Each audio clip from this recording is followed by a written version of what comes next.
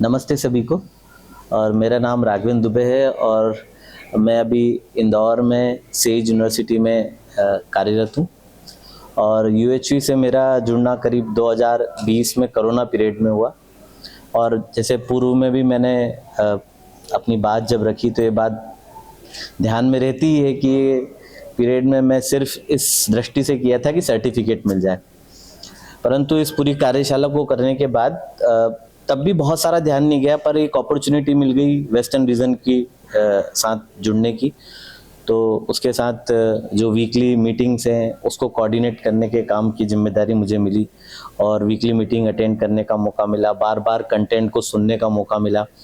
और महत्वपूर्ण रूप से जब मॉर्निंग मीटिंग के साथ साथ जो एफडीपीज होती थी उसके अंदर एफएक्यू का रोल और रजिस्ट्रेशन से लेके कई सारी जिम्मेदारियां जब मिली तो इस कंटेंट की बहुत सारी बारीक बारीक चीज़ों पे ध्यान गया जिस पे जनरली ध्यान नहीं जाता है। परंतु मुझे ऐसा लगा, मुझे बहुत समय लग गया चीज़ों तक पहुंचने में और अभी भी कंटिन्यूसली ऐसा दिखता है कि लगता जा रहा है। तो पहले ऐसा लगता था कि जो सुख है, जो आनंद है, उसका प्रोग्राम इतना ही होता था कि अच्छी पार्टी कर लें, कहीं अच्छा कपड़ा खरीद लें, कहीं घूमने चले जाएं। और मोस्टली पूरा ध्यान सुख सुविधा के केंद्र में था, इसलिए मैंने बहुत सारी जॉब बदली। परंतु जब मैं ये कंटेंट को सुना तब मैं महाराष्ट्र में जॉब करता था और परिवार मेरा इंदौर में रहता था और वहाँ पे मुझे बहुत अच्छी सैलरी मिलती थी। पर मेरा जैसे ही इस पूरी चीज़ पे ध्यान गया, सबसे पहला ही काम मेरा ये हुआ कि मैं आधी करीब सैलरी में वापस लौट के इंदौर आ गया। वो इसीलिए आया कि मुझे लगा कि ये पूरी चर्चा और ये पूरी बात मेरे और मेरे परिवार की और मेरे पूरी जिम्मेदारी परिवार के प्रति ज़्यादा दिखती है।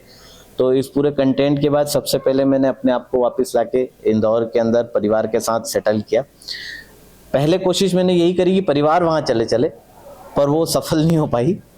तो मैं निर्णय लेके उसके साथ वहाँ आ गया। इस कंटेंट के बाद एक सबसे पहली स्पष्टता जो मुझे मिली वो अपने लक्ष्य की स्पष्टता मिली कि मेरे जितने भी कुछ एफर्ट हो रहे हैं वो सुख और समृद्धि के अर्थ में ही हो रहे हैं, परंतु उसकी समझ मुझ में नहीं बैठ पा रही है। इसलिए मैं अपने में बहुत ज़्यादा परेशान और बहुत ज़्यादा अपने में व्याकुल बना रहता हूँ। मॉर्निंग मीटिंग को ज्वाइन करने के बाद इसमें क्लियरिटी का एक लेवल और बढ़ गया। और जो वहाँ पे बात रखी जाती है स्वयं के द्वारा स्वयं को देखें, यहाँ से मेरी क्लियरिटी पहले बनने लगी। देखने का अर्थ मुझे बहुत दिनों बाद समझ में बना कि देखना तो मुझे अपने में हो रही क्रिया को देखना है, मेरे अंदर इच्छा विचार जो आशा बनी है उसके ऊपर मुझे सजग होना है, वो कंटिन्यूसली जो चल रही है उस पर मेरा ध्यान बना रहता है क्या, इस बात की ओर मुझे अवेयर होना है। तो अब धीरे धीरे मैं इसको देख पाता हूँ। पहले मैं इनको अलग नहीं देख पाता था, लेकिन अब मैं अपने भाव को भी अलग रूप से देख पाता हूँ और जो मेरी इच्छाएं उठती हैं, जो मेरे विचार बनते हैं जिस चीज़ को, उसको भी देख पाता हूँ। तो मुझे इसमें सबसे पहला ये लगा कि मैं बहुत सारे लोगों के साथ भिन्न भिन्न व्यवहार करता हूँ।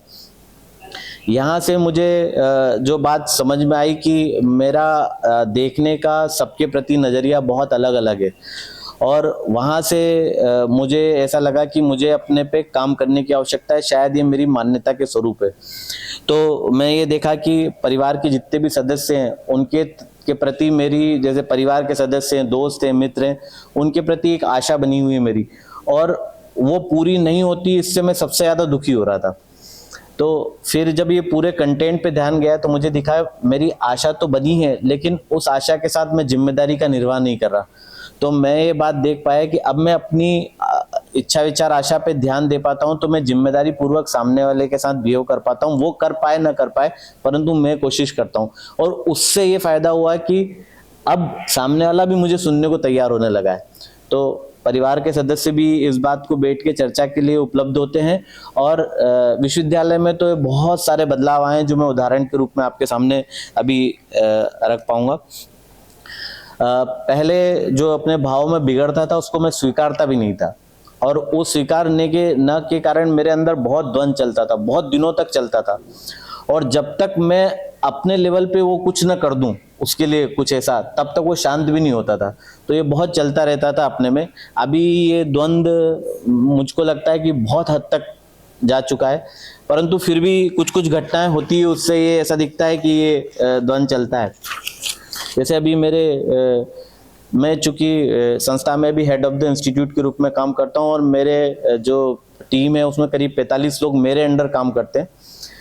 तो कुछ नॉन टीचिंग स्टाफ है जो मैं ऑब्जर्व करता हूँ कि जो कभी बिल्कुल ही रिपोर्ट नहीं करते, बिना बताए करते। ये मेरे दिमाग में एक थॉट पहले से बना था। तो एक दो बार उन्होंने गलती करी, तो एक को गलती जब करी उसको मैंने बिना मतलब बहुत डांट दिया, और जब वो डांटा तो ये रिस्पॉन्स उनका चेहरे पे दिखा कि वो बहुत नाराज हो गए। अच्छा, जब मैंने डांटा तो ये भी मुझे दिखा कि जो मेरे शरीर में चेंज आ रहा है, मेरे कान गर्म होना, ये सब चीजें भी मुझे ऑब्जर्व हुई। फिर मैंने उसको बहुत शाम तक सोचा, रात तक सोचा, और अगले दिन उनको बुला के जब बुलाया तब भी उनके चेहरे पे गुस्सा था। मैंने बुलाते से उनसे माफी मांग ली, और उसके बाद उनके रिस्पॉन्स में बहुत चेंज आया। अभी मेरे साथ ये बहुत अच्छी चीज हो रही है कि उस घटना के बाद वो एक्सपेक्ट नहीं किया था उन्होंने, लेकिन उसके बाद वो करीब करीब अब मुझसे रोज मिलके जाते और आगे रह के पूछते, सर कोई काम है क्या। तो जब ये वाली घटना होने से मुझे ये समझ में आया कि अगर हम ठीक ठीक बिहेव कर लेते हैं और अपनी गलती के साथ सुधार भी कार्य करते हैं तो सामने वाला उसको देख के समझ पाता है। इस तरीके से इसका एक नहीं, ऐसे बहुत सारे उदाहरण मेरे साथ हुए संस्था में, और इसके चलते अभी विश्वविद्यालय में जितनी भी कमिटीज बनती हैं उस कमिटीज की जिम्मेदारी मुझे मिलती है, और खास तौर पे जिसमें इंटर डिपार्टमेंट सहयोग करना होता है तो उसमें मैं हर कमिटी में या तो चेयरमैन या वाइस चेयरमैन, और वो दृष्टि इसीलिए रख के जा रही है कि कहीं ना कहीं हम ऐसा सहयोग कर सके। तो मुझे ये उपलब्धि पूरी इस कंटेंट की दिखती है कि जो मुझ में नहीं था वो अब मैं देख पा रहा हूँ और सहयोग कर पा रहा हूँ, और उस जितना करता हूँ उसमें मुझे ही आनंद आता है। मुझे ऐसा लगता है मैं जितना इसको अच्छे से कर पा रहा हूँ उतना मुझे ठीक लगता है। तो ये एक मुझे अपने में उपलब्धि के रूप में दिखती है। सुविधाओं को लेके भी अभी मेरा बहुत सारा प्रोग्राम सुनिश्चित हो पा रहा है, और पहले जो विरोध और प्रतिस्पर्धा बनी रहती थी दूसरे डिपार्टमेंट से, वो भी अपने में बहुत सारी कम देख रहा हूँ। उसमें जनरली ये होता था कि हमको कोई डिपार्टमेंट से कोई सामान मांगने आता था, ये भी मैं अपने में देख चुका कि नोट शीट के बिना हम कुछ करते नहीं थे, और वो परेशान होता रहता था। हमारे पास चीज रखी भी रहती थी पर हम नहीं देते थे। तो ऐसा बहुत बार हुआ, तो फिर मेरा ध्यान गया कि मैं ऐसा क्यों कर रहा हूँ। तो मैंने इसको समाधान करने के लिए बिना किसी चीज के उनको आगे रख के दे दिया, और जब ये हुआ तो मैंने ये देखा कि वो भी मुझे ऐसा करने लग गए। तो ये देखने से मुझे समझ में आया कि जब मैं ठीक ठीक सामने वाले के साथ सहयोग कर पाता हूँ तो दूसरा भी मुझे सहयोग करता है। तो ये एक आध बार ये जरूर होता है सामने वाला ना समझ पाए, लेकिन हम एक दो बार अगर उसका सहयोग करते हैं तो वो डेफिनेटली सहयोग करने के लिए आ जाता है। तो अभी जिसको कोई अर्जेंटली चीज चाहिए होती है वो मेरे डिपार्टमेंट के पास ही भाग के आता है कि उसको बिना नोट शीट के, बिना किसी अप्रूवल के हो जाएगा। तो ये भी मेरे को दिखता है कि ये सारा कंटेंट के बाद मेरा ध्यान इस चीज पे गया है कि मैं कितना सहयोग कर पाऊँ, कितना ज्यादा सबको कर पाऊँ। इसके बाद इस चीज के बाद मुझे यूनिवर्सिटी से एक जिम्मेदारी के रूप में एक क्लब और मिल गया है। मैं यूनिवर्सिटी में यूनिवर्सल ह्यूमन वैल्यूज का कोऑर्डिनेटर, हमारे यूनिवर्सिटी में ethics and value development cell है, उसका चेयरमैन के रूप में मुझे मिला। इसके साथ साथ स्टूडेंट में सच्चिदानंद क्लब के रूप में एक क्लब मिला, जिसमें हम बच्चों से पूरे जीवन की चर्चा, सुख, आनंद और बहुत सारी चर्चाएं करते हैं। जिसमें अभी हमने रिसेंटली एक यूथ कॉन्फ्रेंस भी करी, youth conference on happiness students की, जिसमें स्टूडेंट्स के द्वारा कॉन्फ्रेंस को मेनली कंडक्ट किया गया, और हैप्पीनेस को लेके हम बहुत सारे उनके साथ कार्यक्रम कर रहे हैं। इसके बाद अपने शरीर को देखने की जहाँ तक बात थी, इसके ऊपर मैंने बहुत सारा प्रयास किया, बहुत सारे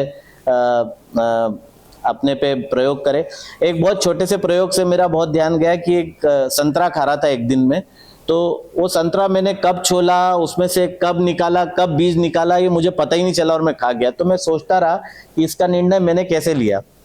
तो फिर मुझे ऐसा लगा कि इसको अगर मैं रुक रुक के करूँ तो समझ में आएगा। तो मेरा ऐसा ध्यान गया, कुछ चीजों की निर्णय मैं बना लेता हूँ और रख लेता हूँ, जिसके कारण मैं फटाफट निर्णय लेता हूँ। तो मैंने संतरे को जैसे प्रोसेस छोलता हूँ वैसा न करके दूसरे तरह की कोशिश करने की करी और मैं निर्णय ले पाया। तो मुझे ये बहुत सारी चीजों से दिखा कि बहुत सारे निर्णय मैं इंस्टेंटली ले लेता हूँ जो शायद मैंने अपने में बिना जांचे या जांच के भी अपने में उसके साथ कर रखे, और बहुत सारे निर्णय मैं समझ के लेता हूँ, इसलिए कोशिश करता हूँ अब थोड़ा सोच के ब्रेक लेके निर्णय ले पाऊँ। इसके ऊपर भी थोड़ा सा ध्यान देता हूँ।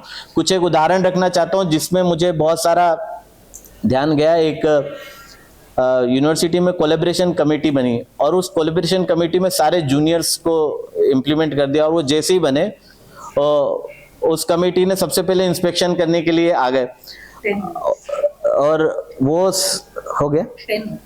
तो वो कमेटी जब इंस्पेक्शन के लिए आई तो मैंने मान रखा था वो मेरे जूनियर है, वो मेरी बात मान लेंगे और सब देख लेंगे, पर वो कुछ और ही चीज एक्सपेक्ट कर रहे थे। तो बहुत देर तक तो मैं उनके साथ संवाद किया, बहुत देर तक उनको चीजें दिखानी, वो नहीं माने तो मैंने मना कर दिया, नहीं करा रहा इंस्पेक्शन, मतलब एकदम विरोध में आ गया मैं। और वो लोग चले गए, उन्होंने सबको रिपोर्ट भी कर दिया कि सर ने मना कर दिया ऐसा करके। फिर थोड़ी देर बाद मुझको रियलाइज हुआ कि मैं ऐसा क्यों कर रहा हूँ, तो मैं क्यों विरोध में आ रहा हूँ सामने वाले की। सामने वाला वो उन्होंने मिसबिहेव किया था, ये बात दिख रही है, लेकिन ठीक है वो उसकी अयोग्यता थी, मैं क्यों ऐसा कर रहा हूँ। तो मैं वापस गया उनके डिपार्टमेंट में, मैंने उनसे बात करी, उनको बोला कि मेरे को शायद गलत लगा, मैं नहीं समझ पाया, मैं ये बात है। वो उस बात को समझे, उन्होंने वापस आया, वापस करा और वापस से उसको वो कर दिया। तो मैं ये देख पाया कि जब ये घटनाएं घटी तो कई जगह हम बहुत जल्दी मान के चल रहे थे कि कोई आ जाएगा और मुझे उनको मेरे साथ कैसा करना चाहिए, इस बेसिस पे हम निर्णय लेते। तो इसको लेके बहुत सारा ऐसा ही स्टूडेंट के साथ भी जनरली ये हुआ कि जिन बच्चों की अटेंडेंस नहीं होती थी, तो यूनिवर्सिटी 75% के बिलो के लिए अटेंडेंस का मना कर देती थी, पर हम क्या करें, वो अपने पेरेंट्स को ले आते। तो हमारे पास एक ही तरीका होता था, हम खूब डांटें, और हम डांटते थे बच्चों को, तो उसमें से कई बच्चे बहुत परेशान हो जाते थे, इरिटेट हो जाते थे। इस बार हमने सामूहिक रूप से निर्णय लिया कि हम विद्यार्थी को नहीं डांटेंगे, और इस बात को देख पाएंगे कि विद्यार्थी कोई ना कोई कारण से है तो हम उसको सीधा समझा देंगे, बेटा इस साल नहीं बैठ पाओगे, आप अगली बार बैठोगे, इतनी ही बात रखेंगे, इसके अलावा नहीं रखेंगे। और ये बात जब हमने रखी, इसका बहुत अंतर पड़ गया। इसका ये अंतर पड़ा कि जो पहले 10, 11, 12 बच्चे होते थे 100 में से, जो एग्जाम से के कारण, अटेंडेंस के कारण वंचित होते थे, वो अब 1-2 पे आके रुक गया, क्योंकि बच्चे से हम दूसरी कोई बात ही नहीं करते थे। और जब मिसबिहेव करते थे तो वो छात्र नेता और ये और वो सब के साथ हमको परेशान करते थे, पर सबसे ज्यादा परेशान हम होते थे और परेशान बच्चों को करते थे। तो जब हमने ये समाधान को देखा तो इससे एक समाधान और निकल के आया कि अगर हम बच्चों को कोई भी नियम